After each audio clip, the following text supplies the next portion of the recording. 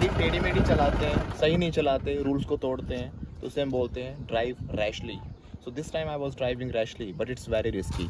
इसके लिए हमारे पास एक दूसरा वर्ड होता है रेकलेसली। हम ये भी यूज़ कर सकते हैं that he was driving recklessly, that's why police pull him over. और हम कह सकते हैं जब टेढ़ी मेढ़ी ऐसे चलाते हैं सांप बनाते हुए, इसे हम बोलते हैं ड्राइव जिग जैग। और अभी मैंने एक वर्ड यूज़ किया था यहाँ पर पुल ओवर। इस पुल ओवर का मतलब होता है जब हम कहते हैं ना कि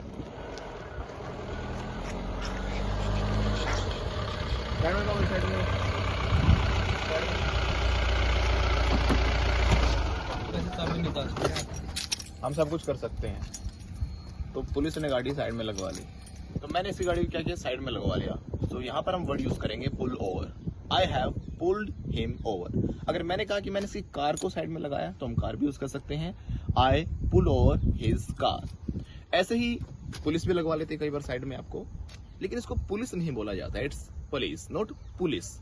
और एग्जैक्टली बोलोगे तो आपको मुंह से खुलना चाहिए, it's police police. This is the exact pronunciation, police. Police pulled over his car. Wipers in the car go swish swish swish. What I said? जो वाइपर्स है कार के स्विश कर रहे हैं। स्विश का मतलब होता है जब आपके वाइपर्स ऐसे मूवमेंट जो करते हैं, इसे हम बोलते हैं swish. So wipers in the car are going swish. और हम ये भी कह सकते हैं यहाँ पर स्विश को भी एक्शन की तरह यूज कर सकते हैं। सो वाइपर्स आर स्विशिंग।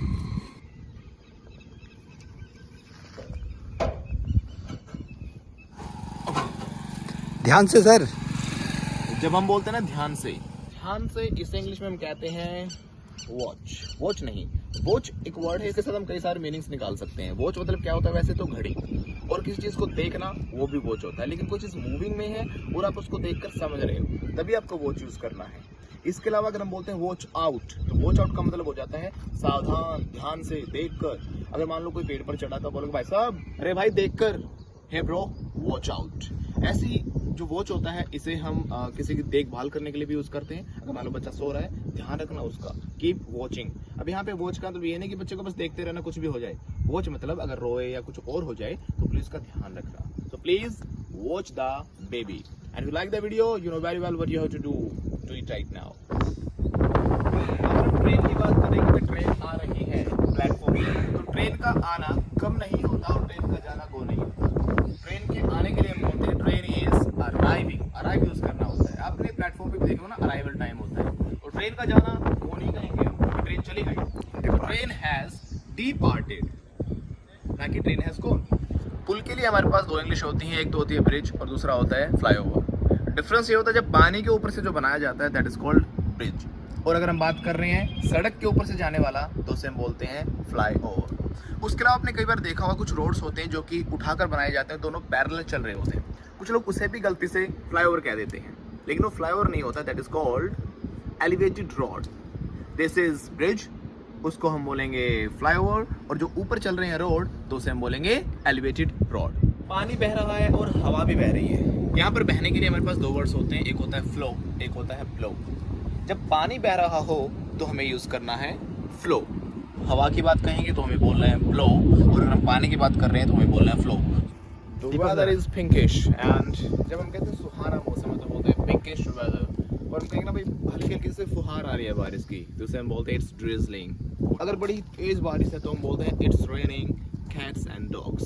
इसे थोड़ा स्टाइलिश और थोड़ा आइडियोमेटिक वे में अगर बोलना चाहो तो आपको बोलना है it's bucketing down। They all are bushes। bushes का मतलब क्या होता है, झाड़ियाँ। यहाँ पर एक बड़ा ही अच्छा आइडिया हमारा निकल के आ रहा है सामने, that is beat around the bush. इसे बीट अबाउट द बुश भी कह सकते हैं या फिर बीट अराउंड द बुश भी कह सकते हैं। इसका मतलब होता है बात को घुमा फिरा कर कहना, सीधी बात पर ना आना। जैसे कि आपने देखा होगा ना, मैंने पूछा हाँ भाई तो उस लड़की के साथ घूम रहा था, कौन थी वो? तो सर वो तो बहन थी किसी की। तो आप बात सीधे नहीं बता रहे, आप बात को घुमा फिरा के बता रहे हो। So you are beating around the bush, और we can say you are beating about the bush. जो गाड़ी का पीछे का हिस्सा होता है इसे हम डिक्की बोलते हैं, इसे इंग्लिश में बोलते हैं boot. So that is the boot of the car. और कई बार आपने लोगों को देखा होगा ना, गाड़ी को बिल्कुल टच करके चलाते हैं, मतलब थोड़ा सा भी गैप नहीं रखते, और आगे वाले ने अगर ब्रेक अप्लाई कर दिए तो पीछे वाला क्या करेगा, ठोक देगा। That person will RAM into your car. तो इसे गाड़ी को बिल्कुल टच करके चलाना, इसे बोलते हैं tailgate. So do you tailgate your car? If you do, you should not do it because it's very risky and it can cause any accident. और टेलगेट से एक वर्ड भी निकल कर आता है हमारे सामने, दैट इज टेलगेट पार्टी।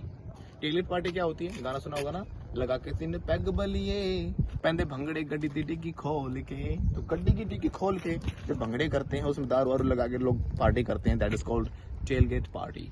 ऐसे कुछ नए नए वर्ड सीखने के लिए हमें यूट्यूब पर सब्सक्राइब जरूर कर लें और इंस्टाग्राम पे फॉलो कर लें। Thank you very much.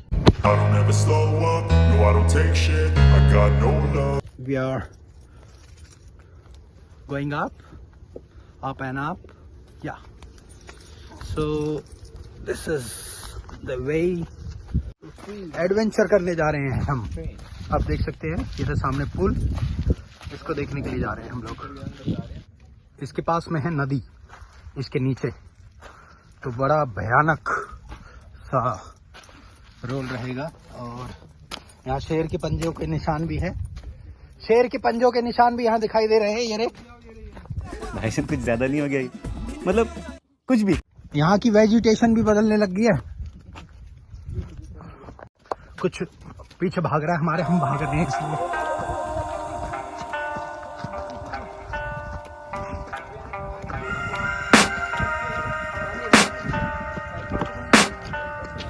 Yeah, the demons call when they do what they do. And now I feel like taking off, find a place with subscribe, like,